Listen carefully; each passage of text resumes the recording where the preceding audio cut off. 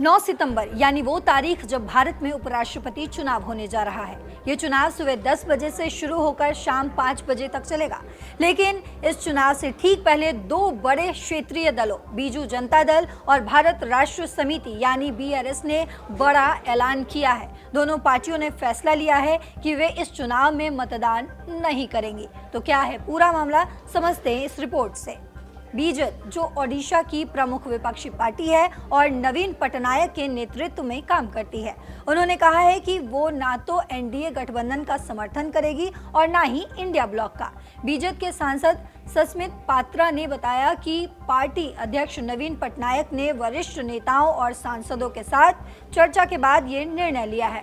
उनका कहना है कि बीजेपी का ध्यान सिर्फ ओडिशा और वहां के 4.5 करोड़ लोगों के विकास और कल्याण पर है, इसीलिए वे इस राष्ट्रीय चुनाव से दूरी बनाकर रखेंगे।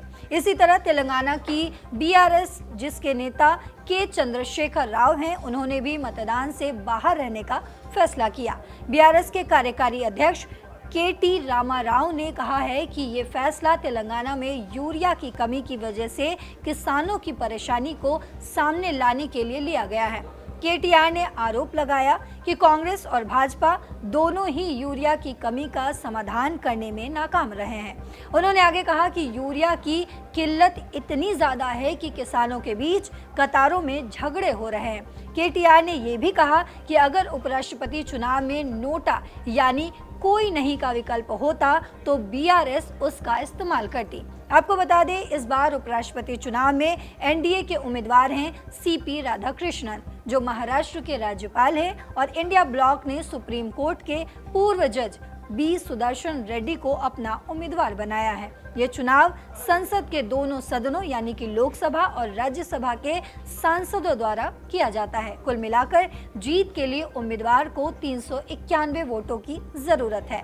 एनडीए के पास करीब 425 सांसद हैं और वाईएसआरसीपी जैसी कुछ पार्टियों के समर्थन से उनकी संख्या 436 तक जा सकती है। वहीं बीजेपी और बीआरएस के मतदान से दूर रहने से इंडिया ब्लॉक की राह और मुश्किल हो सकती है, ऐसा माना जा रहा है। आपको बता दें, ये उपराष्ट्रपति चुनाव इसलिए हो रहा है क्योंकि मौजूदा उपराष्ट्रपति जगदीप धनखड़ ने 21 जुलाई को स्वास्थ्य कारणों का हवाला देते हुए इस्तीफा दे दिया था।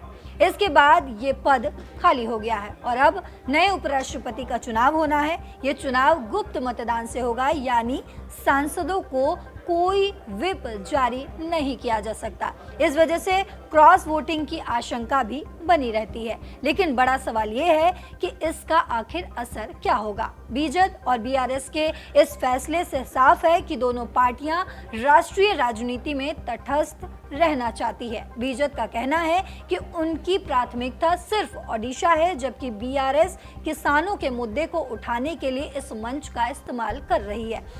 राजनीतिक जानकार इस पर मानते हैं कि दोनों दलों के वोट ना देने से एनडीए की जीत का अंतर और भी बढ़ सकता है। लेकिन इस पर आपको जो भी लगता हो कमेंट बॉक्स में जरूर बताते जाइएगा। फिलहाल मेरे साथ इतना ही। देश और दुनिया की बाकी खबरों के लिए देखते रहिए दैनिक जागरण। नमस्कार।